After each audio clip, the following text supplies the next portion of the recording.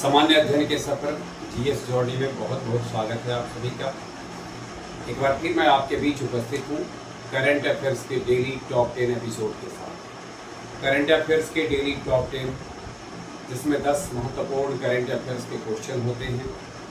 हम इसकी चर्चा करें। आज जो जिन 10 सवालों के साथ हम आपके बीच में हैं उसकी शुरुआत करें। उससे पहले एक बार फिर से हम आपका ध्यान खींचना चाहेंगे उस सवाल की ओर जिसे मैंने आपके लिए कल रखा था। पिछले दिन आपके लिए एक सवाल किया गया था कि लॉन टेनिस स्पर्धा जो ग्रैंड स्लैम 4 स्पर्धा है, 4 ग्रैंड स्लैम प्रतियोगिता है, उनमें से एक फ्रेंच ओपन है। फ्रेंच ओपन के पुरुष एकल का विजेता 2026 में कौन बना? फ्रेंच एकल के पुरुष एकल का विजेता 2026 में कौन बना है? और इसका सही आंसर है अलेक्जेंडर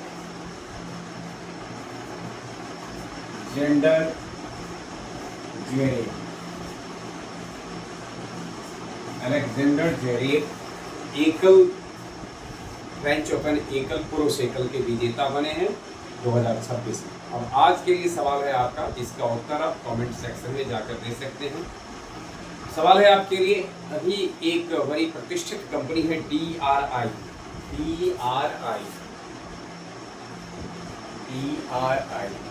इसने अपना पहला वैश्विक ब्रांड एम्बेसडर किस महान क्रिकेटर को बनाया है? फिर से एक बार क्वेश्चन सुन लें। DRI ने अपना पहला वैश्विक ब्रांड एम्बेसडर किस महान क्रिकेटर को बनाया है? इसका उत्तर आप कमेंट सेक्शन में जाकर दे सकते हैं। फिलहाल आज का पहला सवाल आपके लिए स्क्रीन पर है। आपको बताना है कि हाल ही में दिल्ली सरकार द्वारा घोषित दिल्ली ईवी नीति 2.0 के तहत किस वर्ष से नए दोपहिया और तिपहिया वाहनों का पंजीकरण केवल इलेक्ट्रिक होना अनिवार्य कर दिया है? सही उत्तर इसका क्या होगा आपको बताना, 27, 28, 30%। यानी ध्यान में देखिए, दोपहिया और 3 पहिया वाहनों का पंजीकरण केवल तब होगा जब वह इलेक्ट्रिक होगा। 2027, 28, 30, 32 और सही आंसर इसका 2028 से। इसके लिए जो कानून पारित किया गया है वह 1 जुलाई 26 से लागू किया गया है और 1 जुलाई 26 से 31 मार्च 2030 तक यह रहेगा। दिल्ली ईवी नीति 2.0 दिल्ली सरकार द्वारा प्रदूषण कम करने और इलेक्ट्रिक वाहनों को बढ़ावा देने के लिए एक बेहद ही महत्वाकांक्षी नीति है। कानूनी और प्रशासनिक रूप से दिल्ली सरकार का परिवहन विभाग इसको संचालित करता है। दिल्ली सरकार के जो की चर्चा अगर की जाए तो इसके वर्तमान परिवहन मंत्री हैं डॉक्टर पंकज कुमार सिंह और दिल्ली सरकार के परिवहन विभाग की वर्तमान सचिव हैं सह आयुक्त है सुश्री निहारिका राय। दिल्ली सरकार के परिवहन विभाग की वर्तमान सचिव सह आयुक्त हैं, वही दिल्ली सरकार के वर्तमान परिवहन मंत्री हैं डॉक्टर पंकज कुमार सिंह। सवाल दूसरा आज का आपके लिए है स्क्रीन पर। अमराबाद टाइगर रिजर्व जो हाल ही में अखिल भारतीय बाघ अनुमान 2026 के कारण चर्चा में रहा, किस राज्य में स्थित है? कर्नाटक, महाराष्ट्र, तेलंगाना, मध्य प्रदेश। अमराबाद टाइगर रिजर्व अखिल भारतीय बाघ अनुमान, all India tiger estimation, Karnataka, Maharashtra, Telangana और सही आंसर है इसका तेलंगाना में है। एक नज़र हम डालते हैं अमराबाद जो राष्ट्रीय उद्यान है 2026 के प्रारंभिक आंकड़ों के अनुसार इस रिजर्व में बाघों की संख्या बढ़कर 42 बताई गई, जिनमें 18 मादा अर्थात बाघिन हैं और 14 नर हैं, 2 किशोर और 8 सावक शामिल हैं। बच्चे अर्थात 8 यानी कि बच्चा बात का बच्चा। तेलंगाना के नागर कुर्नूल, ध्यान में रखना है, तेलंगाना के नागर कुर्नूल और नलगोंडा जिलों में नल्ला माला पहाड़ियों के अंतर्गत फैला हुआ है। और यह जो टाइगर रिजर्व है यह तेलंगाना के 2 जिलों के साथ साथ ये जो नल्ला माला की पहाड़ियाँ हैं उसके पूर्वी घाट के अंतर्गत फैला है और यह भारत का दूसरा सबसे बड़ा टाइगर रिजर्व है। विशेष रूप से कमजोर जनजातीय समूह के अंतर्गत आने वाली चेंचू जनजाति यहाँ निवास करती है। अभी ध्यान में रखना है कि इस क्षेत्र में चेंचू जनजाति निवास करती है। अगर आपसे अब ये पूछा जाए कि भारतीय वन्यजीव संस्थान का मुख्यालय कहाँ है, देहरादून। ध्यान रखना हमको, भारतीय वन्यजीव संस्थान का मुख्यालय है देहरादून। और राष्ट्रीय बाघ संरक्षण प्राधिकरण का मुख्यालय कहाँ है, तो नई दिल्ली। राष्ट्रीय बाघ संरक्षण प्राधिकरण का मुख्यालय नई दिल्ली में स्थित है। अगला सवाल आपके लिए स्क्रीन पर है, मध्य प्रदेश की किन पारंपरिक जनजातीय फसलों को हाल में भौगोलिक संकेतक प्रदान किया गया? किन पारंपरिक जनजातीय फसलों, ध्यान में रखना, जनजातीय यानी कि जो वहाँ के आदि मानव यानी आदिवासी सब जिसको कि उगाते आ रहे हैं, उनमें से किनको जीआई टैग यानी भौगोलिक संकेतक प्रदान किया गया है? सिताही कुटकी और नाग दमन कुटकी, बैगनी अरहर, क्षत्रिय धान, उपयुक्त सभी। सभी इसका आंसर होगा ये भी अर्थात कि उपयुक्त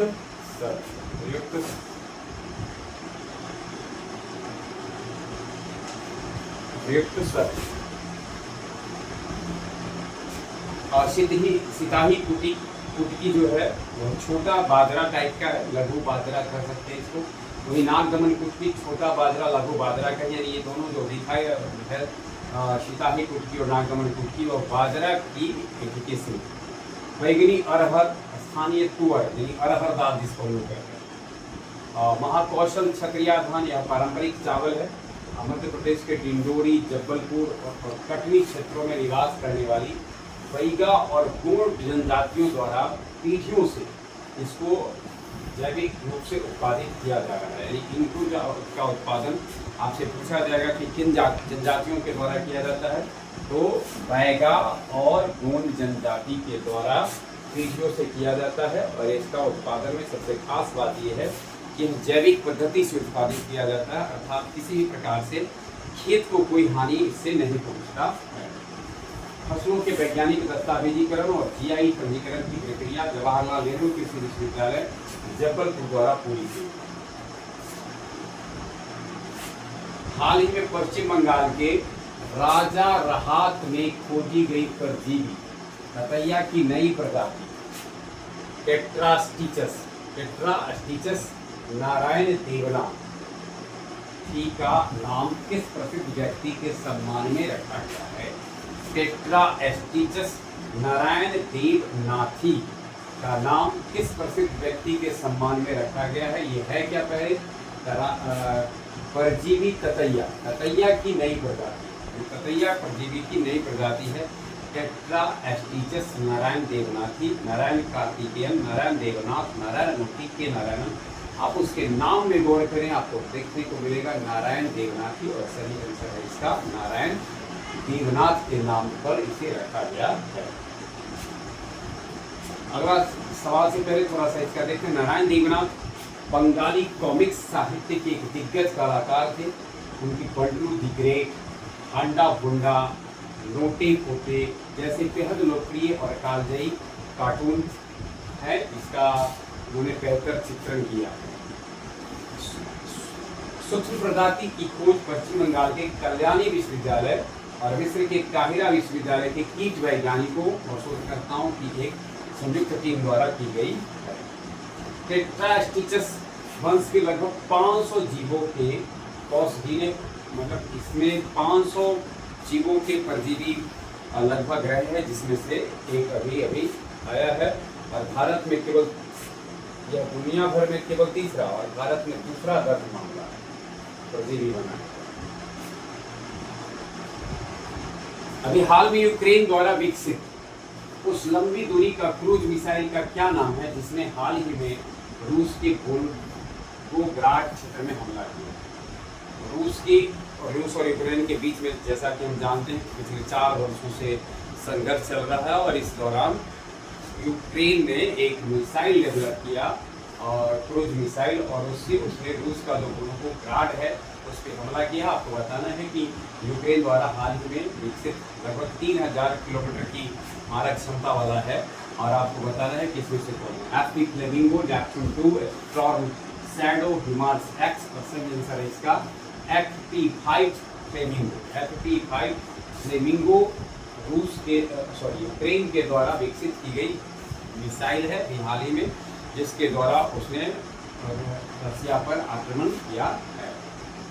फायर पॉइंट द्वारा विकसित इस मिसाइल को जून 2026 के अंत में वोल्गोग्राड के ऐतिहासिक टाइटन बारिकाडी सैन्य कारखानों को सफलतापूर्वक निशाना बनाया। सोचिए कि वोल्गोग्राड को निशाना बनाया गया इसके द्वारा, और यह कारखाना रूस की इस्कंदर एम और टोपोलो एम जैसी घातक मिसाइल प्रणालियों के लॉन्चर और कलपुर्जे बनाने के लिए जाना जाता है। टाइटन बारिकाडी रूस का एक बेहद महत्वपूर्ण रणनीतिक और उच्च श्रेणी का सैन्य औद्योगिक रक्षा संयंत्र है। देखिए वर्ष 1914 में, जैसा कि हम लोग जानते होंगे कि 1991 में जब सोवियत रूस का पतन हुआ तो उससे अलग हो गया यूक्रेन, लेकिन उससे पहले प्रथम विश्व युद्ध हो, प्रथम विश्व युद्ध के बाद द्वितीय विश्व युद्ध हो, तो उस समय दोनों यानी यूक्रेन सोवियत रूस का हिस्सा होता था, और जारशाही शासन के दौरान प्रसारित सिंह हथियार कारखाने के रूप में इसकी स्थापना हुई थी।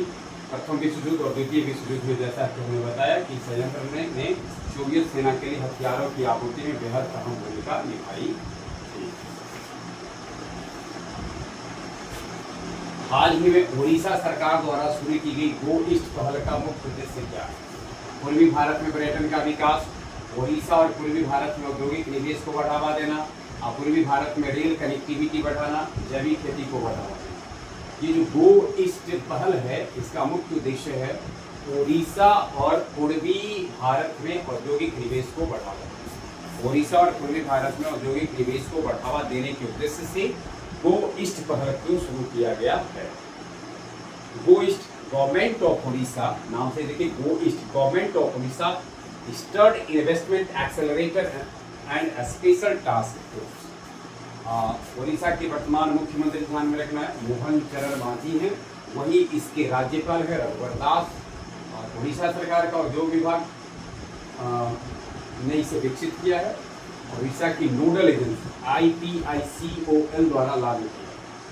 IPICOL industrial promotion and investment corporation of Orissa limited, और इसकी स्थापना यानी IPICOL की स्थापना हुई की गई है 12 अप्रैल 1973 को। आज का 7वां सवाल आपके लिए, स्वदेशी गगन प्रणाली का उपयोग करके जेट विमान पर भारत का पहला सैटेलाइट आधारित लैंडिंग सिस्टम अप्रोच किस शहर में सफलतापूर्वक किया गया? जयपुर, उदयपुर, बेंगलुरु, कोच्चि, और सही आंसर है इसका उदयपुर में किया गया। गगन का देखते हैं फुल फॉर्म तो गैप GPS aided GEO augmented navigation. इसका विकास किया इसरो और भारतीय विमान पतन प्राधिकरण, यानी गगन का विकास इसरो और भारतीय विमान पतन प्राधिकरण AAI द्वारा संयुक्त रूप से किया गया है।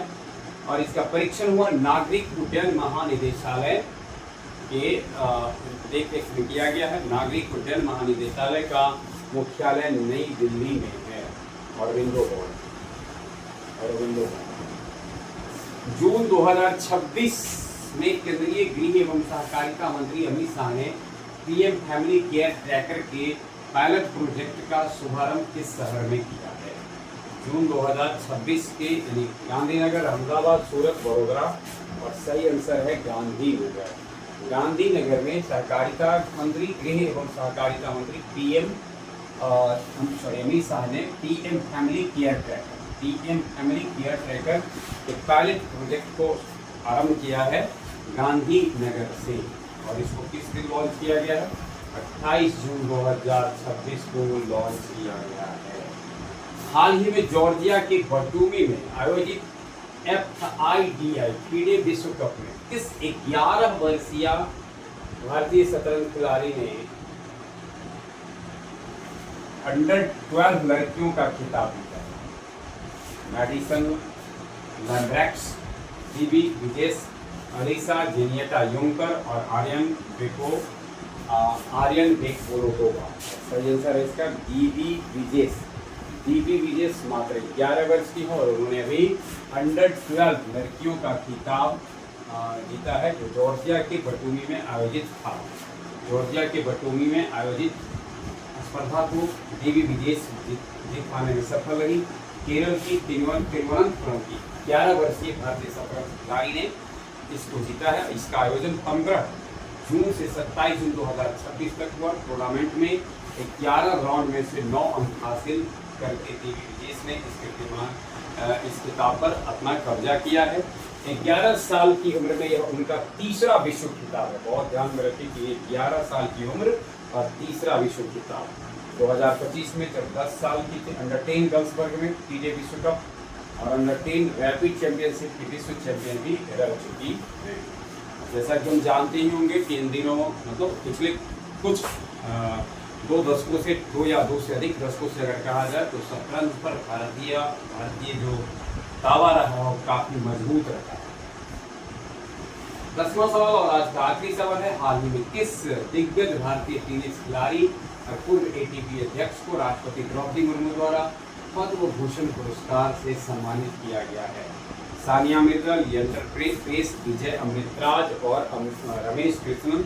और सही आंसर है इसका विजय अमृतराज। विजय अमृतराज 16 एटीपी एकल खिताब जीते हैं अपने करियर में, जो किसी भी एशियाई खिलाड़ी द्वारा जीते गए सबसे अधिक एकल खिताबों का record. ATP association of tennis professional, उनका 14 वर्षों तक का जो कैरियर उनका जो टेनिस कैरियर रहा उसमें 14 वर्षों तक एशिया के नंबर 1 खिलाड़ी बने रहे और वर्ल्ड रेटिंग में उनकी सर्वोच्च रेटिंग थी 16। भारत को 2 बार 1974 और 1987 में उन्होंने डेविस कप के फाइनल में भी पहुंचाया था।